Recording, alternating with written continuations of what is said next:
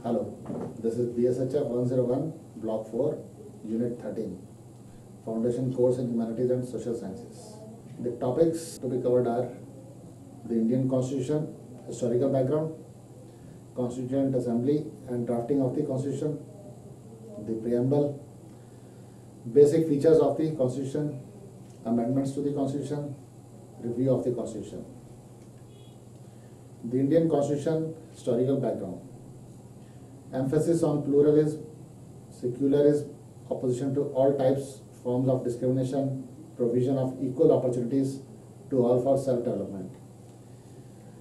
इसका मतलब ये हुआ कि जो भारतीय संविधान बना है उसमें जो हिंदुस्तान में हर तरह के लोग रहते हैं, हर धर्म के लोग रहते हैं और कई कास्ट हैं उनकी और कई रेस के लोग भी रहते हैं।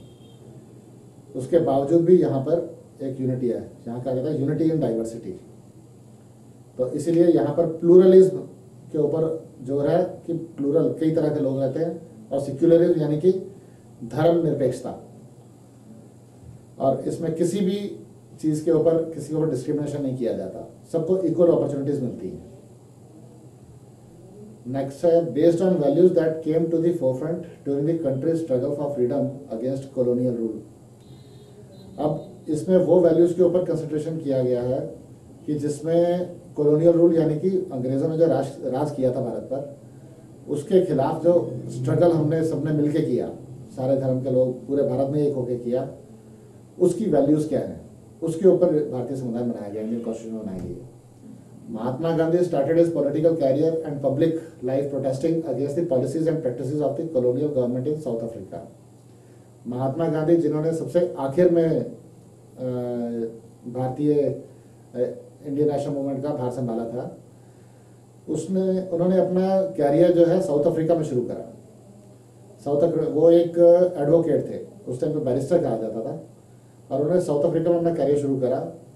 और वहाँ पर उन्होंने जब इस चीज़ को फील किया, उनको एक ट्रेन से उठा के बाहर फेंक दिया गया, क्योंकि वो एक भारतीय मूल के थे, अंग्रेज नहीं थे, उन्हें फर्स्ट क्लास में नहीं बैठने दिया गया।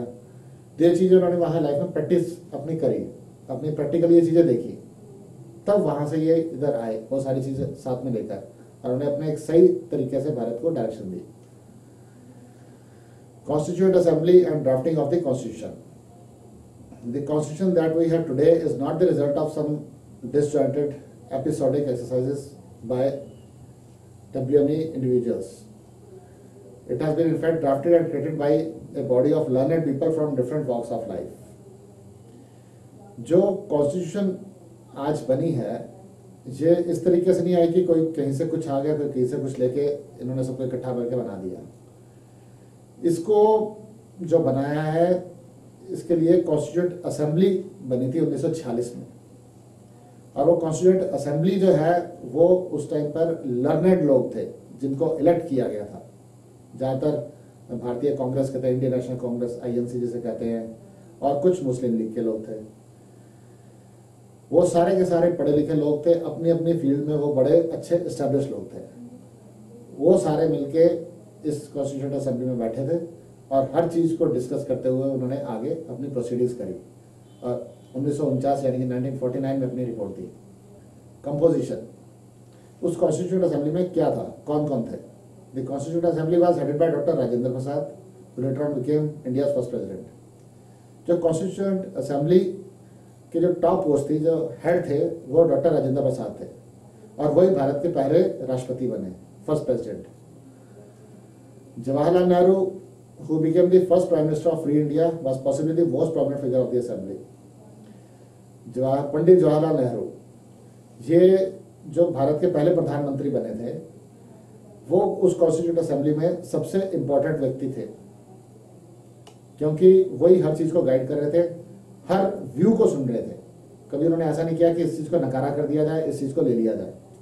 उन्होंने हर व्यू को सुना, उसके रीजन सुने, उसके हिसाब से जैसा सबने मत पास किया उसको एक्सेप्ट किया गया। ए गुड 381, उसके नंबर कितने थे? 381। A good number of the members had strong legal backgrounds which most definitely facilitated the task of constitution making. Total strength of the assembly was 381। यानी कि उस असेंबली में 381 लोग थे, 381 मेंबर थे और उनके बड़े अच्छे बैकग्राउंड थे, मतलब उन्होंने अपने आप को अच्छी तरह से इक्विप किया गया था, अपनी अपनी फील्ड में वो एक्सपर्ट थे, इसीलिए उन्होंने कोई चीज़ गलत नहीं करी, हर चीज़ को सोचा, दुनिया भर की कॉन्स्टिट्यूशन स्टडी करी गई थी, उसके हिसाब से उन्होंने अपने व्यू पॉइंट्स रखे, उस टाइम पे क्या हो रहा था आगे का सोच के उन्होंने करा कि अगले 50-100 साल में और क्या हो सकता है, आने वाले टाइम में क्या होता है कि यह चीज़ स्टैंड करेगा कि नहीं करेगा, उसके हिसाब से उन्होंने आगे बनाया। क्रिटिक मतलब इसको भी थोड़ा सा क्रिटिसाइज किया गया है कॉन्स्टिट्यूशन असेंबली को, वो कैसे? The main criticism against the assembly spearheaded essentially by the Muslim League was that it was a Congress and Hindu dominated body. सबसे मेन क्रिटिसिज्म उसका यह था कि इसके बीच में मुस्लिम लीग थी और जो कांग्रेस को ब्रांड करती थी कि एक हिंदू सोसाइटी है, हिंदू असेंबली है, ये मुस्लिम असेंबली नहीं है। ये एक बहुत गलत पार्ट था उसका। The Congress was led by Jawaharlal Nehru who was a Democrat of the core. जो कांग्रेस थी उसको हेड कर रहे थे पंडित जवाहरलाल नेहरू, जो एक खुद डेमोक्रेट थे, यानी कि वो डेमोक्रेसी में यकीन करते थे, ना कि ऑटोक्रेसी या जैसे राज वगैरह होता है, राजा महाराजाओं में उनमें यकीन करते थे। इसलिए उनका सिर्फ डेमोक्रेसी की तरफ ध्यान था, यानी कि पीपल्स पार्टिसिपेशन की तरफ ध्यान था, राजा महाराजों की तरफ उनका कोई ध्यान नहीं था। Because of this belief and conviction the league never participated enthusiastically the deliberation of the constituent assembly and eventually stayed away.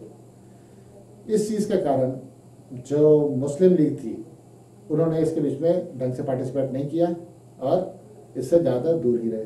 और जैसे ही भारत 1947 में आज़ाद हो गया, पाकिस्तान बन गया, तो मुस्लिम लीग तो उससे अलग होनी थी। द प्रियम्बल हमारी कॉन्स्टिट्यूशन किस चीज़ से स्टार्ट होती है? प्रियम्बल वो चीज़ को एक्सप्रेस करता है, वो स्पिरिट को एक्सप्रेस करता है जिससे कि कॉन्स्टिट्यूशन बनी हुई है, मतलब उसके बीच में क्या क्या चीज़ रिफ्लेक्ट हो रही है कॉन्स्टिट्यूशन में, वो उसके कुछ लाइनों में उसका एक तरीके से विश है कॉन्स्टिट्यूशन की। वो ऐसे स्टार्ट होती है, we the people of India having solemnly resolved to constitute India into a sovereign, socialist, secular, democratic republic and to secure to all its citizens justice, social, economic and political, liberty of thought, expression, belief, faith and worship, equality of status and of opportunity, to promote among them all fraternity, assuring the dignity of individuals and the unity and integrity of the nation। यानी कि start हुआ we the people of India, मतलब हम भारतवासी, इससे start होता है constitution. मतलब कि जो कॉन्स्टिट्यूएंट असेंबली ने बनाया भी है वो हम भारतवासी करके कहा है, क्योंकि वो भी पीपल के रिप्रेजेंटेटिव थे, लोगों के प्रतिनिधि थे। वो उन्होंने क्या कहा कि इंडिया को हम एक सॉवरेन यानी कि कोई भी कंट्री आज़ाद जब होता है, स्वतंत्र होता है, उसी को सॉवरेन कहा जाता है। सोशलिस्ट यानी कि सोशल विचार होंगे हमारे, ये नहीं होंगे कि हमारे जैसे राजा महाराजाओं का काम होगा या कैपिटलिस्ट काम होंगे, ठीक है, जिसमें गैप होते हैं, दो ग्रुप बन गए, जैसे कम्युनिस्ट के लोग चले हैं कि जो लेबर क्लासों से दबाया गया है, ऐसा कुछ नहीं होगा। सोसाइटी सोशल रिलेशन होंगे, लोगों का वेलफेयर होगा, सब बराबर है। सेक्युलर का मतलब कि कोई एक धर्म नहीं माना जाएगा, धर्म निरपेक्ष होगा। डेमोक्रेटिक यानी कि वहां पर डेमोक्रेसी होगी। रिपब्लिक यानी कि हेड ऑफ द स्टेट यानी कि प्रेसिडेंट ऑफ इंडिया भी इलेक्ट होगा। And to secure to all its citizen, मतलब जो भारतवासी होंगे, जो यहाँ के नागरिक होंगे, सिटीजन होंगे, उनको क्या दिया जाएगा? Justice, social, economic and political, तीनों तरह का जस्टिस मिलेगा। सोशल भी मिलेगा, आर्थिक इकोनॉमिक भी मिलेगा और पॉलिटिकल भी मिलेगा, राजनीतिक भी मिलेगा। लिबर्टी यानी आज़ादी मिलेगी, किस चीज़ की? ऑफ थॉट, सोचने की, एक्सप्रेशन, अपने आप को व्यक्त करने की, बिलीफ, सोचने की, यानी कि उसका क्या धर्म है, कोई भी कुछ देख ले, कुछ भी सोच सकता है वो। फेथ एंड वर्शिप, किसी भी भगवान में यकीन कर सकता है, किसी भी धर्म में यकीन कर सकता है, कुछ भी अपना व्यू पॉइंट बना सकता है। Equality of status and of opportunity, हर किसी को बराबर समझा जाएगा और अपॉर्चुनिटी भी उसे बराबर की मिलेगी। To promote among them all fraternity, assuring the dignity of individuals and the unity and integrity of the nation। उन सब में क्या चीज भर रही है? फ्रेटर्निटी यानी कि भाईचारा, और unity and integrity of the nation, यानी कि भारत को एक रखना, कि भारत एक है, अलग अलग नहीं है। Basic features of the constitution, basic features का मतलब है कि कॉन्स्टिट्यूशन में क्या क्या चीज ऐसी खास है जिसके ऊपर वो स्टैंड करा, क्या उसके पिलर्स हैं। First, a written constitution, parliamentary democracy, independence of the judiciary, cooperative federalism, fundamental right and duties, directive principle of the state policy, कि ये लिखित में है, वर्बल नहीं है। पार्लियामेंट्री डेमोक्रेसी यानी कि पार्लियामेंट इसमें सुप्रीम मानी जाती है। इंडिपेंडेंस ऑफ जुडिशरी यानी कि जुडिशरी जो है, जो कोर्ट है, वो पार्लियामेंट से और एग्जीक्यूटिव से बिल्कुल अलग है, उनका कोई कंट्रोल नहीं है। Independence of judiciary. Then cooperative federalism, federalism मतलब कि सेंटर अलग, स्टेट अलग, और इन दोनों में कोई दुश्मनी नहीं है, दोनों अपनी अपनी राह नहीं चलेंगे, दोनों अपनी राह तो चल रहे हैं पर आपस में कोऑपरेट करके चल रहे हैं।